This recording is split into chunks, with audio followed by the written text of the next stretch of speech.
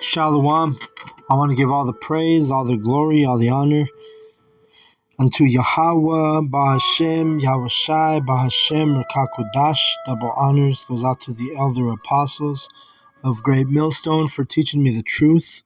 Also, I want to acknowledge all the Akyam who are pushing the truth with sincerity throughout the four corners of the earth. And shalom, shalom to the elect of Israel.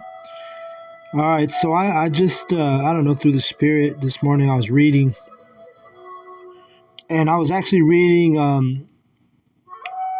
the scriptures in the account of Rehoboam, and got into the topic of his mother. Well, I started to research it because Rehoboam, who was the first king after he was King Solomon's son, right? But when I was reading, it said that his mother was an Ammonite, which would have been a so-called Japanese, and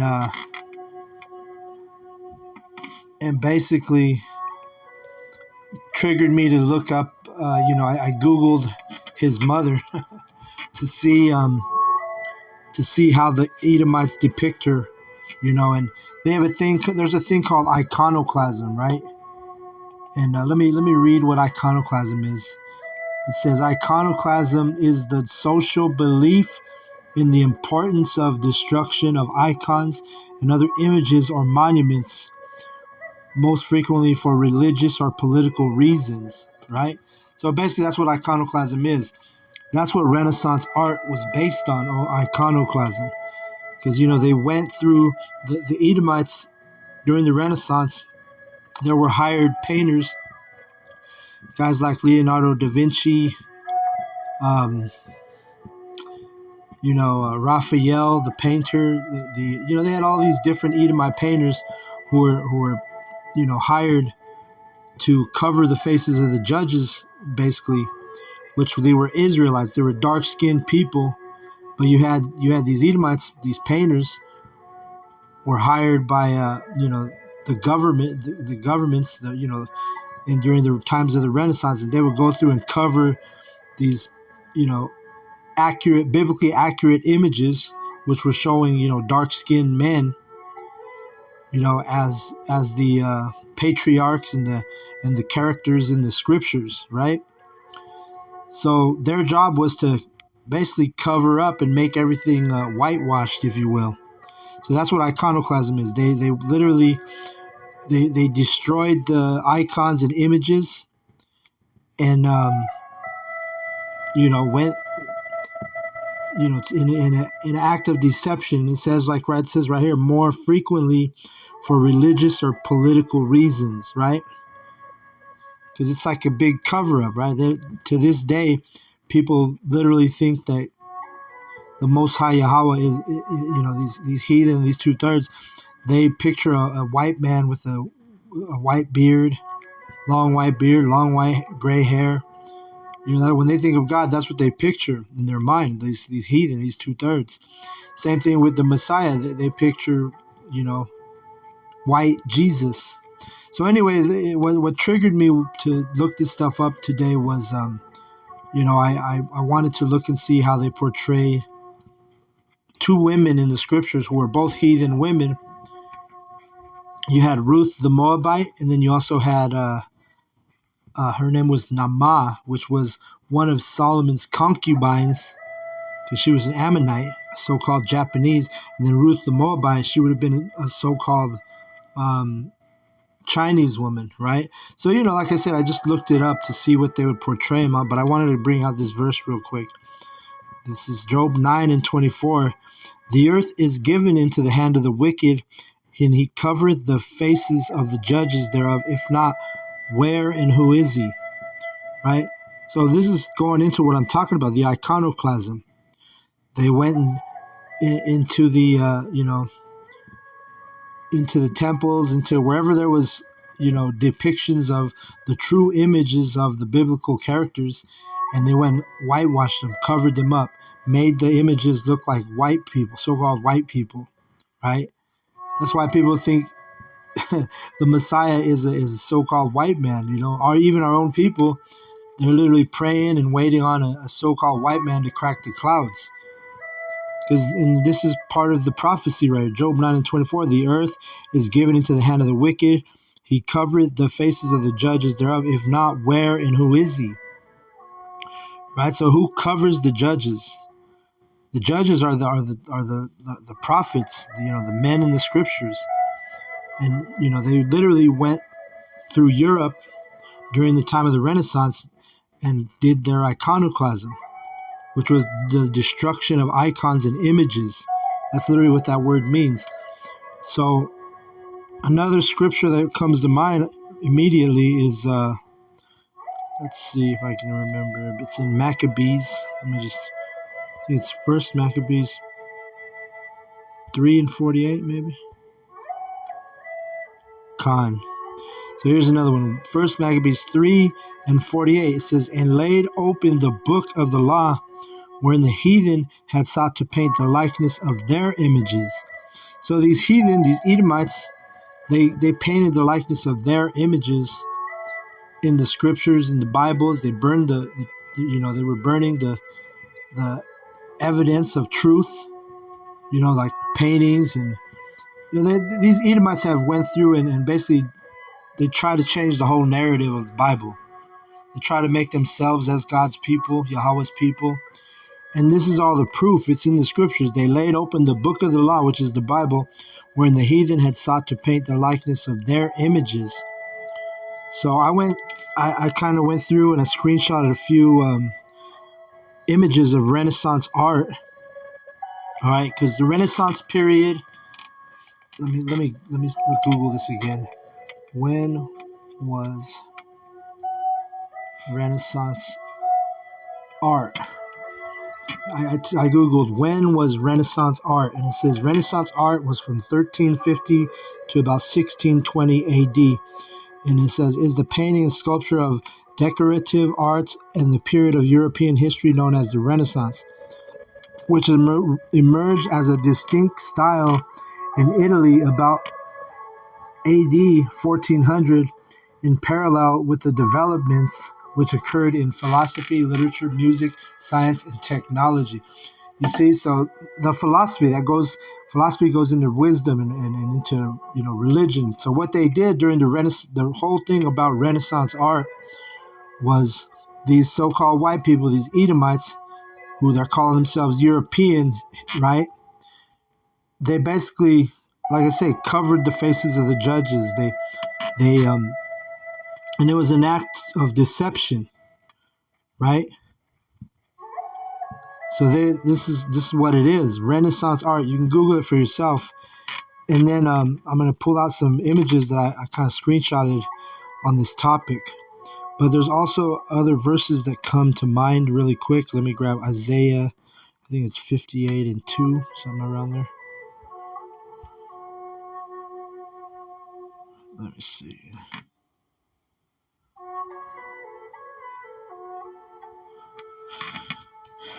Maybe it's 3. Let's see. Well, that's not it. Let me look it up.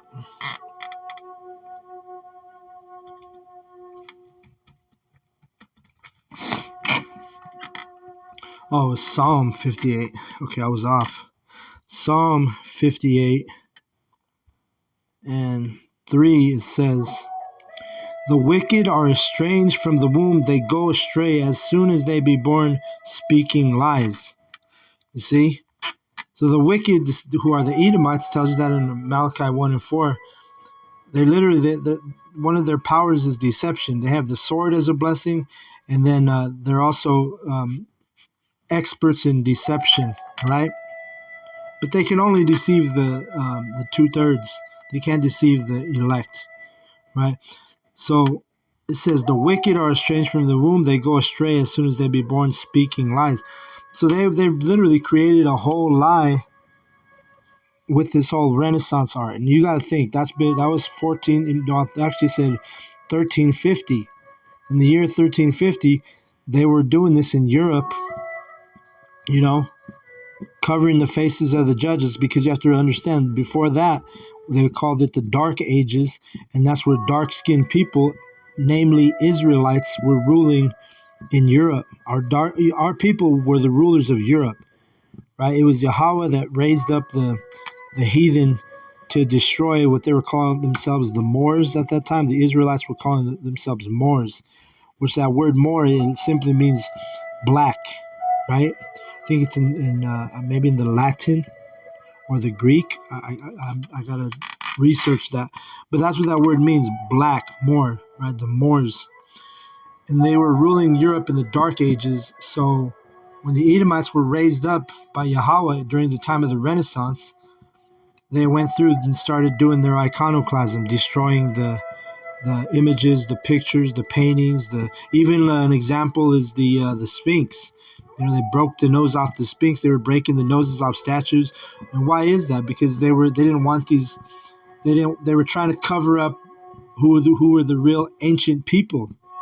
You know, who are the true, even the true Egyptians, even the, of course, the true Israelites were dark skinned people, so called black people, which, they mingled among the heathen. And that's why you have Northern Kingdom looking the way we look, because as it is written, in Hosea, it tells you that Ephraim, which is the head of the Northern Kingdom, mingled with the heathen, right? Mixed with the heathen. So anyway, let me bust out some of these. Actually, you know what? I got another one real quick.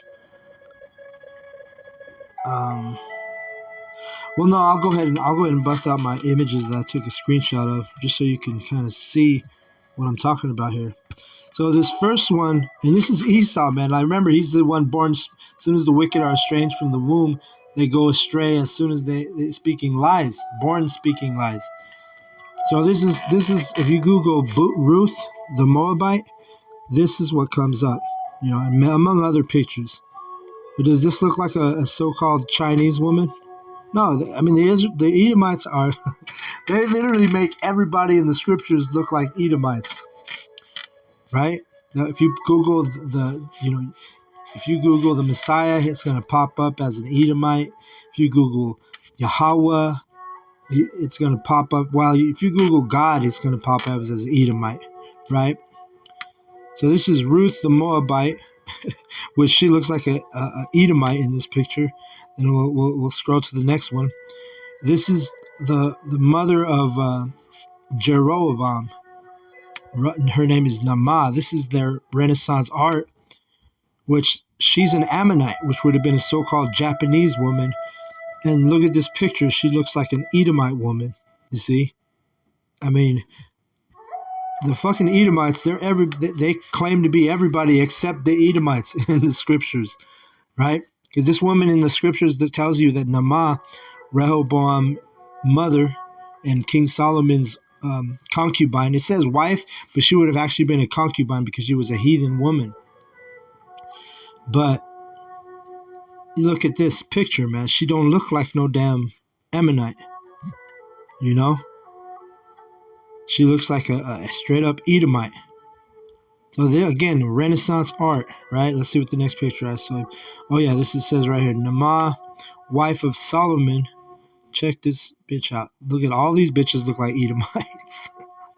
And that's supposed to be Naamah, which was an Ammonite, right? And it says wife of Solomon, but again, I'll stand correcting the internet.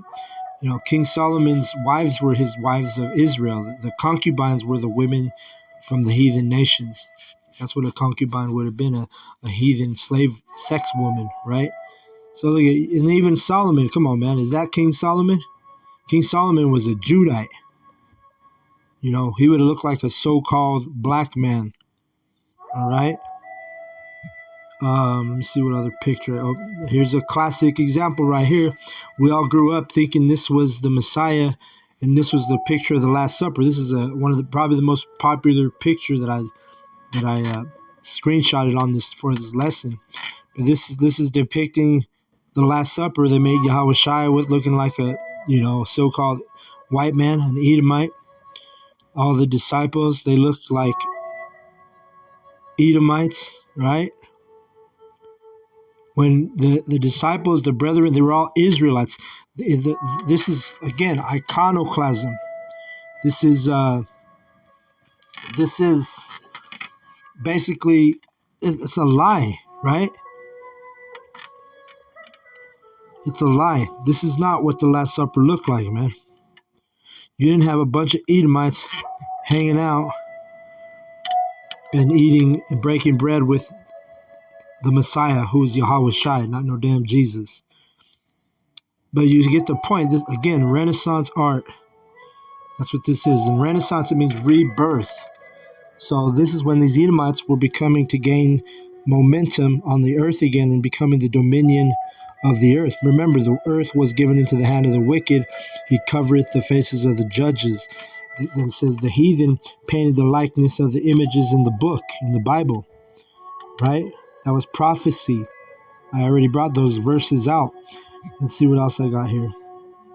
Oh yeah, this is another popular painting from Renaissance art. It's called, I think it's called the Finger of God or something like that. This guy right here, that's supposed to be Yahweh, which that don't add up. Yahweh didn't. First of all, Yahweh didn't have leprous skin, because white skin with no pigment, no melanin in your body, in the Bible, that's considered leprosy. The Most High is not. He's not a leper. Okay. And here's, I think this is, I don't know who this is supposed to be. Maybe Yahweh Shai. I don't know. The Messiah. But again, it's a lie. You see? A big ass lie. Renaissance art. Okay.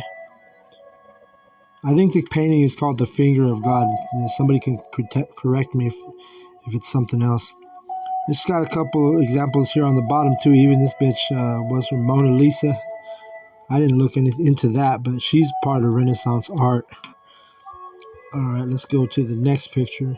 And this one here is depicting Cupid, right? And the angels, right? Like this is what Esau Edom, they'll tell you the angels are like little naked babies flying around like this. A lot of people, a lot of unlearned people think this is what angels look like, right? They think they're little pudgy babies with butt naked flying around with little wings and a bow and arrow, which this actually is Greek mythology here, and this goes back to Cupid. You know, is his name in let's see, it's Cupid, and then the Romans. The Romans also had a name because, you know, the Romans and the Greeks were the same people, and their gods, they had like parallel gods, which, you know, like for instance, they had Zeus.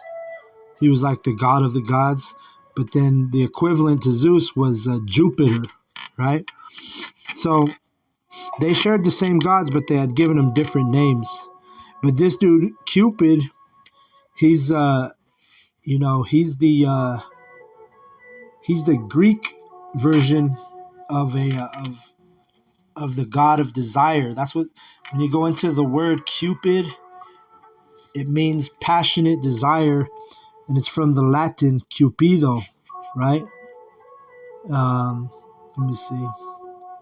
There was another, but then and Cupid was the Roman version, right, of this little baby. In which these aren't angels. Angels are terrifying when you read the scriptures. The men who encountered angels in the scriptures were terrified when the angels were around them. Right, the angels are terrifying. You know what they really look like are what you would call a so-called black man with big hair, big afros, and then giants. Like, you know, well, you know, they're not. I'm not saying that they're giants, but I'm saying that they're larger than life. These angels are. If an angel showed up right now, you would shit your pants. You'd be scared. It'd be like a big ass Kimbo Slice with an afro. As you know, if I could paint a picture in your head, 10 feet tall, ready to whoop some ass, ready to put people to death. Not like no baby, Edomite baby with little wings and shit floating in the clouds. This is, again, iconoclasm. This is lies, the destruction of you know, images and history. Let me see. Okay, so that's the last image I brought out, but you know, this is Esau's MO from the beginning. He was always there to lie and deceive and you know, paint himself as the Most High, right? That brings me to And it even paints the heathen as himself, as Edomites. He made Ruth the Moabite look like an Edomite. He made Naamah the Ammonite, Solomon's concubine, who was an Ammonite. He made her look like an Edomite. So Esau, this is his MO. He likes to claim everybody and depict all the nations as himself. It's the only nation he won't depict as himself is his true heritage, which is Esau Edom, right? Let me see, what was I going to grab? Oh yeah, 2 Thessalonians 2, and it says, I'll start at 2 Thessalonians 2 and 3. Let no man deceive you by any means, for that day shall not come except there come a falling away first, and that man of sin be revealed, the son of perdition. The man of sin is Esau Edom, the so-called white man. He's being revealed by the Lord's mouth, the prophets. Okay? And what's it say? Don't let anyone deceive you. But the majority of our people are deceived by, like I just showed you. How many so-called Mexicans and blacks have that white Renaissance art of the Last Supper in their fucking kitchen? When you were growing up, maybe your grandma had that picture in her kitchen, or you were at somebody's house and they had those, you know, deceptive paintings hanging on the wall when we were kids, man. And that's been going on for a long ass time. That's why our people, they literally believe the lies, right? And it says in verse 4, who opposeth and exalteth himself above all that is called the Most High, or that is worshipped, so that he as the Most High sitting in the temple of the Most High, showing himself that he is the Most High, right? So this is him. This is a product of him painting, covering the faces of the judges, iconoclasm, making his own images as the Most High, making his own image as the Messiah. All right, but the elect are not deceived, so we know that these are all lies, and we know that Renaissance art is a bunch of bullshit, right? It's you heathen, you 2/3 that are still hanging them pictures up in your homes and shit, because you're deceived, but the elect can't be deceived. All right. Matthew 24. Is it 24? It says, for there, Matthew 24:24, this is Yahweh Shai speaking, for there shall arise false Christs and false prophets, and shall show great signs and wonders, in so much that if it were possible, they shall deceive the very elect. Right. So these false Hamashiachs. I mean, JC is a false Hamashiach. JC is a false prophet. The so-called white man, he set himself up as the Most High, like it said in 2 Thessalonians. All right. And this is all pretty much almost like basic knowledge for the elect. I mean, the men who are in this truth, we all know these things. But through the Spirit, I was reading this morning, like I said, came across that Naamah, and the Spirit jumped on me to look her up and see how she was depicted on Google. And sure enough, she was a Renaissance white chick, so-called. All right. And also, like I said, Cupid, which Cupid, his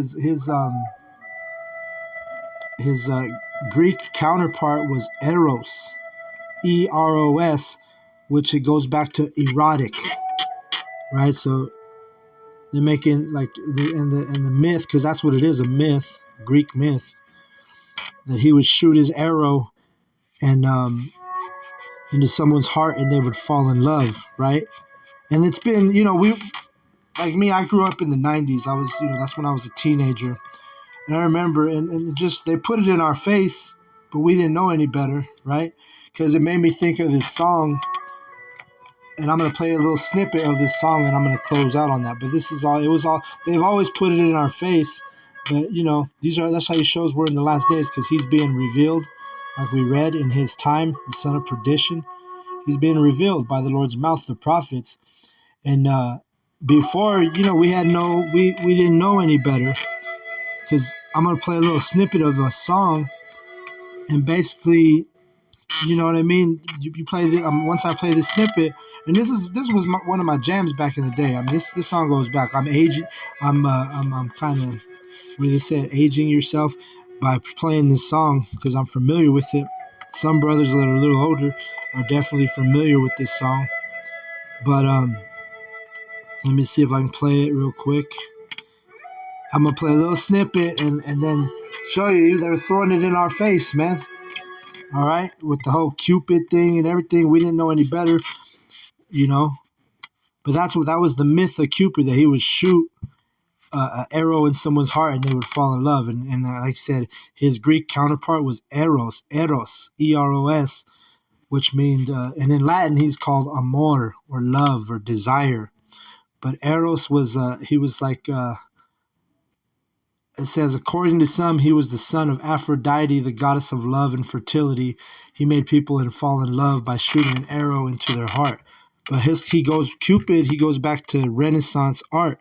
So let me just play this little snippet of this song because, like I said, I used to jam this song back in the '90s. Still a good song, but it's talking about exactly what I'm talking about here. Watch, let me just play. It's called "I Got a Thing for Ya" by Low Key. Like I said, old heads are gonna know this song.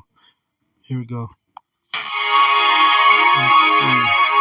I'm not gonna play the whole song. Let me just jump to the. Check this out. When we were apart, we must have hit the spot, shooting an arrow straight through my heart.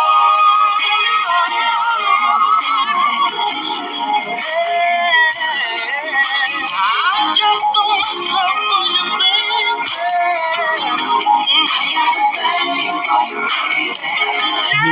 Let me rewind that track real quick. Listen to what it says.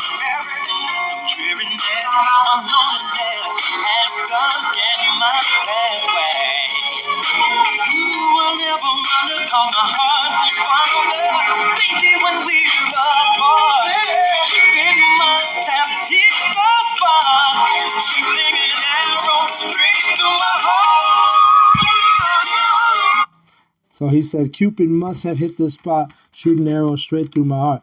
So, you know, this is what they do, man. These Amalekites who own the entertainment industry, they put all these lyrics, they write these songs for these artists, and the whole time they glorify all this Renaissance bullshit. They glorify wickedness.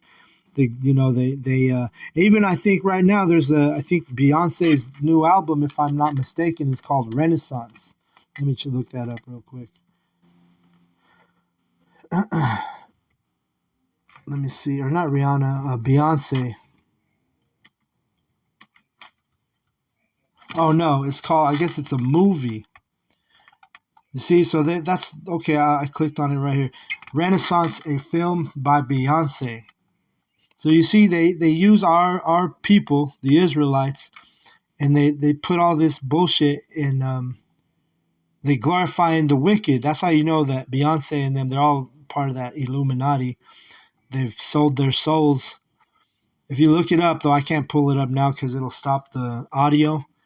But if you look up Renaissance, a film by Beyonce, it says on the internet.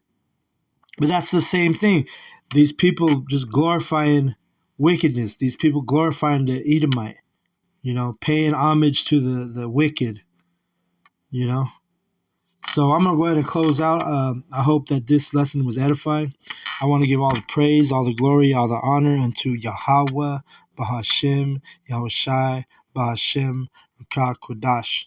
Double honors goes to the elder apostles of Great Millstone for teaching me the truth. Also want to acknowledge all the Akyam who are pushing the truth with sincerity throughout the four corners of the earth. Shalom to the elect.